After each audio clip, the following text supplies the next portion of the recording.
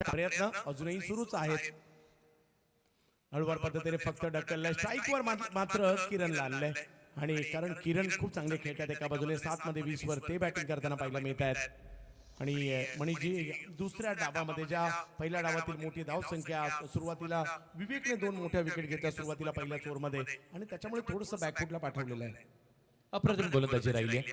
तो संयमाचा खेळ तो थोडासा कुठेतरी मिसिंग आपल्याला पाहायला मिळाला. या वेळेला थोडासा लांबून खेचण्याचा प्रयत्न, विवेकने घेतलेली कॅचही लाजबाब राहिली. अप्रतिम कॅच विवेक यांच्या माध्यमातून पाहायला मिळाली होती. कॅचेस इन द मॅचेस असं म्हटलं जातं. पुन्हा एकदा बॉल मात्र धावसंख्या पुढे जात असताना पाहायला मिळते. आणि ऋतिकने जी पारी खेळली ओमीच्या बरोबरीने, 100 धावांची पार्टनरशिप एवढ्या मोठ्या मंचावर सोपी गोष्ट नाहीये मणिजी बागले सर. ओ हो, पुन्हा एकदा थोडंसं जास्त चपळून खेळण्याचा प्रयत्न. डॉट बॉल आला. अगदी बरोबर तुम्ही उल्लेख केला ऋतिकचा.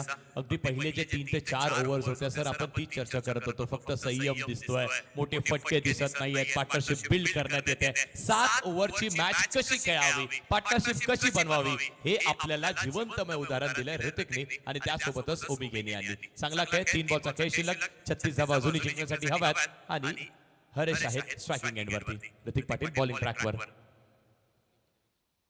पुढचा बॉल, आणि पुन्हा एकदा आपण पाहिलं तरी इथे बॉल पायावरती आदळला, त्याला योग्य ती दिशा दाखवली आहे. फाईन लेग क्षेत्रावरती आलाय चौकार.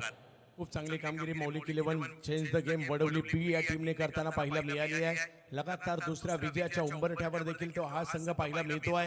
या स्पर्धेमध्ये त्यांनी सांगितलं देखील, आम्हाला बरीचशी विजेतेपद मिळवली, परंतु या स्पर्धेतील विजेतेपद मिळवायचंय जे प्रत्येक टीमचं स्वप्न आहे, आणि ते स्वप्न यांनी देखील ठेवलेलं आहे. परंतु आता जाता हरीश म्हणतायत, आणि किरण बॅटिंगसाठी आणखी एक चांगला फटका त्यांच्या बॅटमधून येताना पाहायला मिळाला. किरण पुन्हा समोरच्या दिशेने खेळला फटका. रन नाही घेतली जाते, रन नाही घेतली जात आहे. चांगली कामगिरी विजयाच्या उंबरठ्यावर. एक अप्रतिम अशी मॅच या ठिकाणी पाहायला मिळाली. पहिल्या डावामध्ये, दुसऱ्या डावात देखील जर पाहिलं तर काही विकेट, त्याच्यामुळे टीम थोडीशी बॅक फुटला. परंतु सुपर 8च्या दिशेने वडवली पी मौलिक 11ची वाटचाल पाहायला मिळते.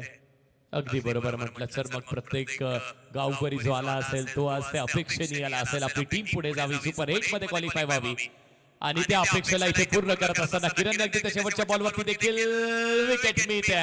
हात लावेल man with the golden arm. आज बॅटिंगही अप्रतिम केली, बॉलिंग मध्ये विकेट्सही घेतल्यात. ऋतिकचा खेळ